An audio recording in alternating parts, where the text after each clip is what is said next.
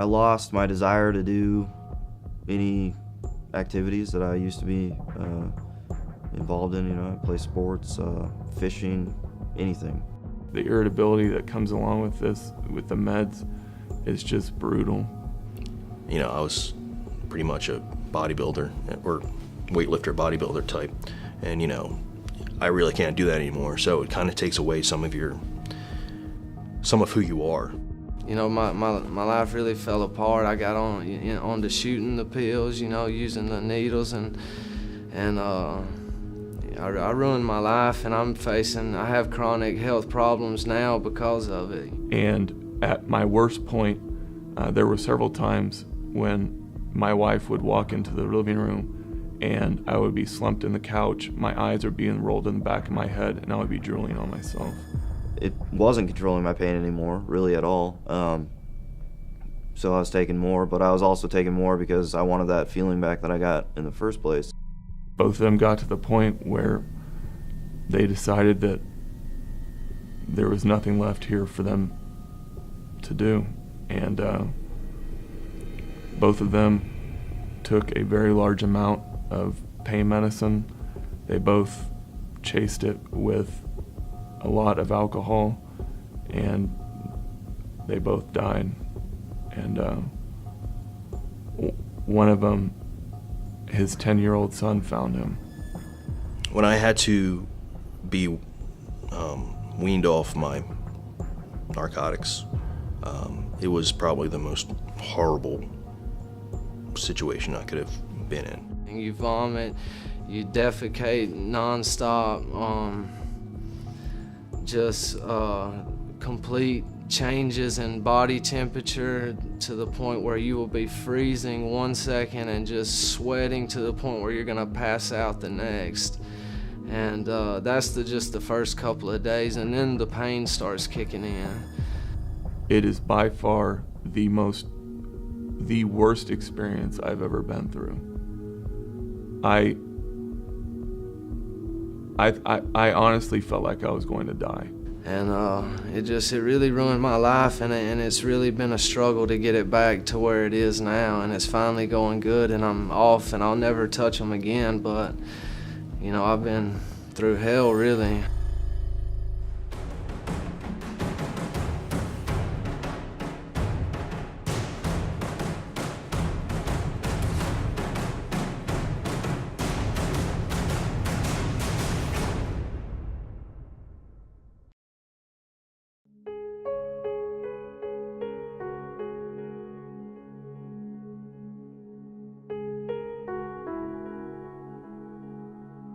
The video that you are watching is intended to raise your awareness of the risks of prescription pain medications known as opioids or narcotics. Our goal is to give you a balanced perspective from the view of the patient, as well as highlight the available treatments. As you watch, you will begin to understand how important this is, not only to you, but to your family, your physician, and your chain of command. We hope that the stories, warnings, and advice will help to provide you with safe, effective medical care, and to teach everyone involved in the process to trust but verify. Opioids have been around since the beginning of recorded history. Cavemen drew pictures of poppies in some of the oldest cave drawings discovered. In 2400 BC, Sumerians referred to opium as the joy plant. And in 1552 BC, Eber's papyrus referred to the medicinal uses of opium for multiple ailments. During the American Civil War, so many soldiers received morphine that its side effects became known as the soldier's disease. After the Civil War, use of morphine wasn't controlled. It was a common ingredient in the potions traveling salesmen peddled across the American West. The result was widespread personal and community destruction. The Harrison Act of 1914 was created to address this problem. Opioid use was so greatly curbed by the Harrison Act that even patients with clear medical needs were unable to experience pain relief. Many patients with cancer or other excruciating injuries suffered or died in pain. I was initially injured while serving as a first responder at the Pentagon on 9/11, moving rubble to get to people that were trapped and to recover remains. Throughout the course of that operation, I herniated several discs in my lower back. And after completing that recovery mission, I had back surgery, laminectomy to repair some of those discs. 2005, when I was a private, I got hurt really bad on a jump. At first it felt like my organs exploded in my body, but after that went away, my back was pretty bad. I was actually assaulted one night with a guy trying to break into my truck, and I got my jaw shattered with a baseball bat. I was ruck marching and my spine totally collapsed in the thoracic lumbar region due to degenerative changes and also just because of the weight I was carrying. And unfortunately, I've had to have multiple surgeries, some of them more successful than others, and it's been a long process.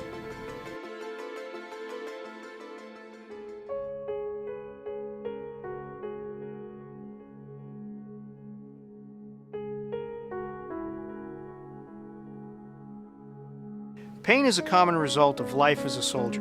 Believe it or not, the Army has the most advanced and comprehensive pain treatments available in the world. We will work with you to provide the help you need. But remember, everyone is unique. The best treatment for you can only be achieved through open and honest communication with your doctor.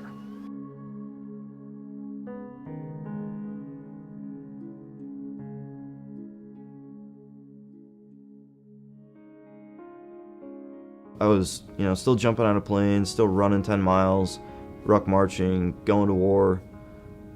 And instead of taking care of myself, I was just putting something in my system so that I could keep doing what I was doing. Before I came to terms with it, I would try and go and work out when I got a new prescription or whatever, and I would overdo it, so then I'd be in more pain, and it's just a vicious cycle. I was in pain, but I was also, I was using it, to get more pain pills, after a few weeks of taking them again. And, I never got told no, I got, 60 Percocet at a time, twice a week if I tried. But for me, I was at one dose, and your body grows tolerant to that dose, so you soon have to up the dose, and quickly up the dose from there, up the dose again. And at my worst point, there were several times when my wife would walk into the living room and I would be slumped in the couch, my eyes are being rolled in the back of my head, and I would be drooling on myself. At first it was to control pain, and then, as that, my tolerance was going up and I was increasing, and it wasn't controlling my pain anymore, really at all. So I was taking more, but I was also taking more because I wanted that feeling back that I got in the first place, that I couldn't get anymore.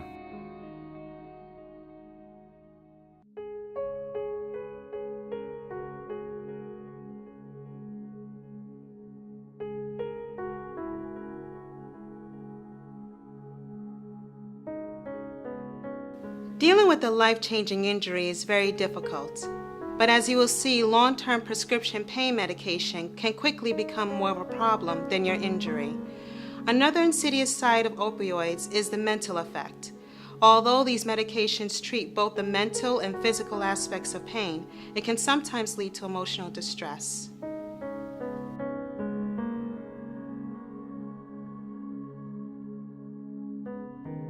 Yeah, I actually overdosed here at Fort Bragg and was hospitalized for a Percocet overdose. I took about 40 Percocets I had left in a bottle, and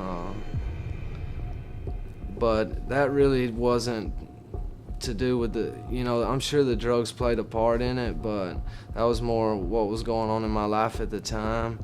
And looking back on it now, I don't think it was really a suicide attempt. I never thought about it beforehand. It was only after that everybody was saying, hey, you tried to kill yourself, when really I just was eating a whole lot of pain pills at the time. I wouldn't say I was suicidal. I was extremely, extremely depressed. At one point, I stayed up in our upstairs guest bedroom for 7 weeks. it didn't come out.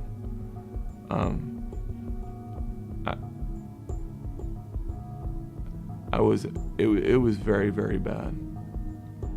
You know, I was missing events or appointments and things like that I was supposed to be doing, or not showing up to work when I was supposed to be showing up, or not coming home when I was supposed to be coming home, or, you know, things like that. At points you do feel worthless, but, you know, in my case, I was never driven to the point of offing myself.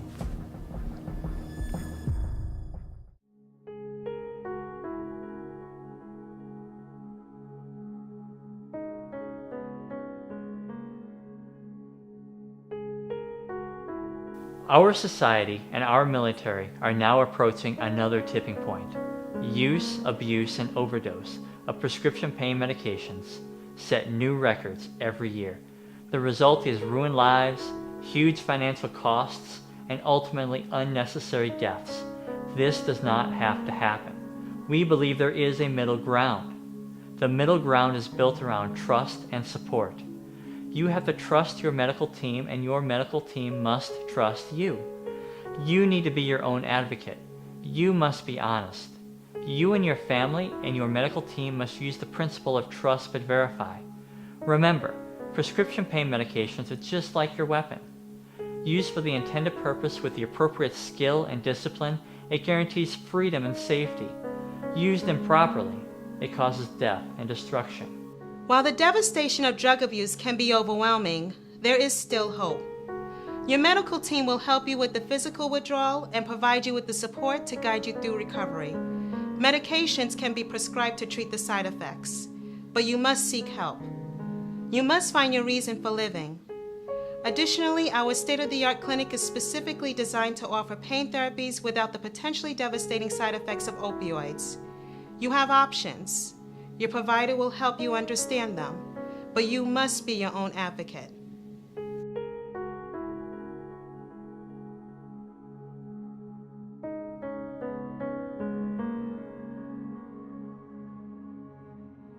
You know, I didn't get off opiates until I went to treatment. When I got there, there was like 2 days where, you know, I hadn't started Suboxone or anything. It was just kind of a, well, it was a suffering period for me, but Your whole body is just affected by you not taking, or even with weaning off of drugs. So, I mean, withdrawal symptoms were horrific. The withdrawals themselves in the beginning, you know, after about 24 hours without it, you know, your whole body is stopped up when you chronically take them. You know, you get constipated, you don't urinate as much, you know, all your body systems slow down. I honestly felt like I was going to die.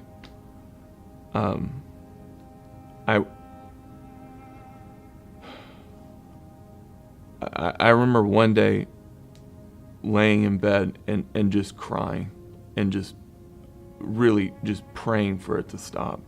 it's like a river of emotions would open up. You know, I couldn't. It was like I was losing my mind. You know, I couldn't be alone.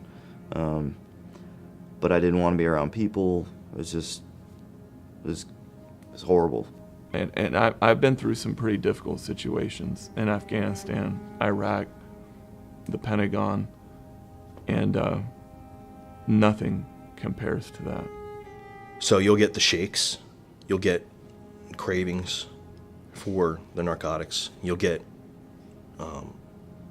like your blood pressure will elevate out the roof. You just kind of lose everything. You vomit, you defecate nonstop, just complete changes in body temperature to the point where you will be freezing 1 second and just sweating to the point where you're gonna pass out the next. And that's just the first couple of days, and then the pain starts kicking in. The involuntary muscle jerks. For me, I would lay in the bed and just jerk and kick and And then the pain in the joints, your knees and elbows and back and neck, they just ache just like the worst. You just feel like an old man, you know. And it keeps getting worse. And you have to make it past that high point of really, really bad before you start feeling better. And even when you start feeling better, it's not you're ready to go out and run 10 miles. Feeling better is like, okay, I can make it 2 hours without throwing up. And I honestly did not feel right for about 6 months before I actually woke up in the morning, and just the first thing on my mind wasn't, God, I just wish I could take a pill and just feel better, or do another shot and just feel better. And over time, that feeling went away though. You know, it wasn't, I was more or less trying to keep myself from getting sick and being able to function throughout the day than feeling good like I did in the beginning, you know. It was really hard to let that go, and it took me several years, and a lot of money, and a lot of people hurt, and relationships ruined, but the only thing that saved me is my children, and I believe that if it hadn't have been for them, you know, I probably wouldn't be talking to you guys right now. What did it for me was my daughter turned 3 last year. No, it was her second birthday. And we had her birthday party at my house, and you know, we have video cameras and people were out taping, and I do not remember anything from that day. And the thing about it is that was the first birthday I was home for, because her first birthday, or Christmas, all those, I was gone. So this was my first chance to be there. And I looked at the video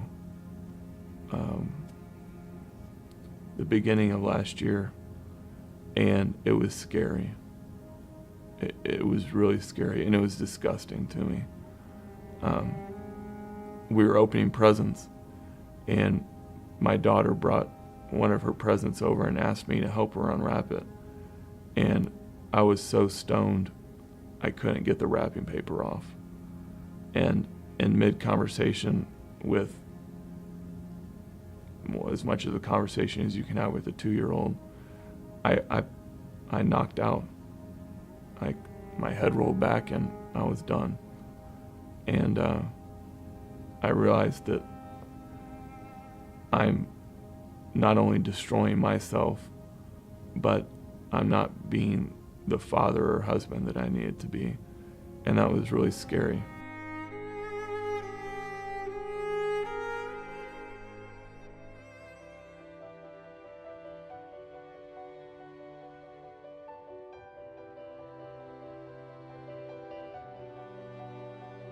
The most important thing for you to know is that we are here to help you. Pain treatment is a process built around trust. However, as you have seen, prescription pain medications can twist your mind, so we must verify. You will sign a sole provider agreement with your physician if you have taken prescription pain medications for more than 3 months. As part of this agreement, you will be randomly asked to bring in prescription bottles for pill counts and take urinalysis tests. You will have a clear diagnosis or be referred to a specialist to obtain a diagnosis. You and your doctor will define a clear treatment plan and an expected duration of treatment. You will also have your prescriptions reviewed both on and off post to ensure you are not obtaining medications inappropriately. In addition, your provider will monitor you for red flags that may suggest you are having issues with your medications.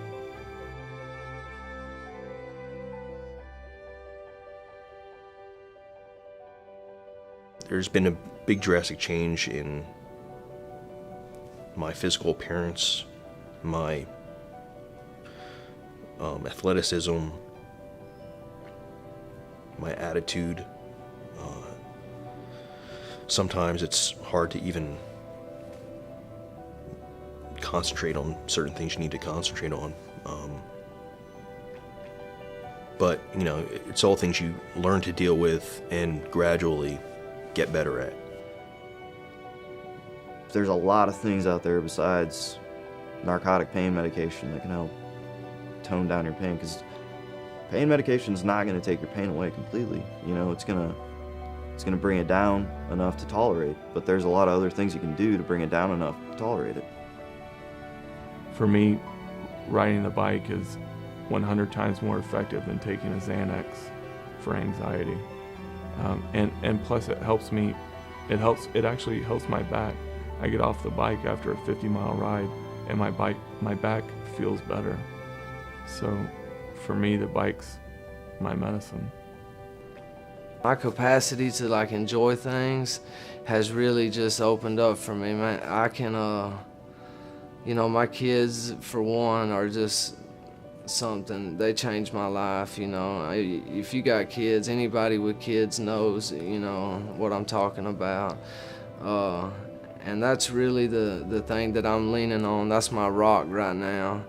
And I can definitely see the light at the end of the tunnel. It's getting better every day for me. I can't wait to get back to Wyoming, where I'm from, because I'm gonna be help coach the Pee Wee hockey team, and I love, you know, coaching and working with little kids and stuff. That's always a riot. So I don't know. I mean, there's so many little things in life that are enjoyable that I really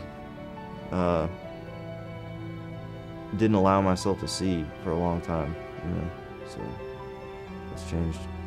I'm in a really good place right now, and I fully credit that with dumping all the narcotics and finding something like cycling to get on and get back in shape and give me something to do and to focus on. So, and there's no way I would have been able to do that if I was still on all of those meds. So I'm very thankful that they are not a part of my life anymore. Make sure that you're taking your prescription for pain and you're not taking more than you're supposed to. And when you do, if it comes to a point where it's not, you know, it's not helping the pain like it should, you need to talk to your doctor, definitely. You don't need to increase your dosage for yourself.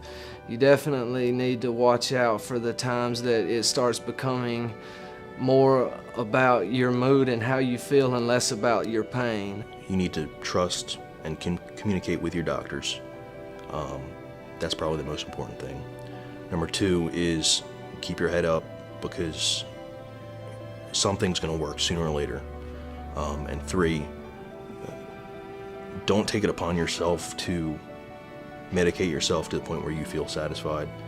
Talk with your doctor and also let him know what's working and what's not working, and come to a consensus with him as to what your plan of action is going to be.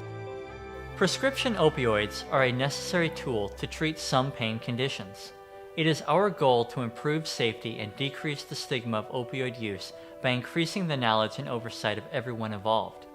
Proper weapon training is necessary to safely use your weapon.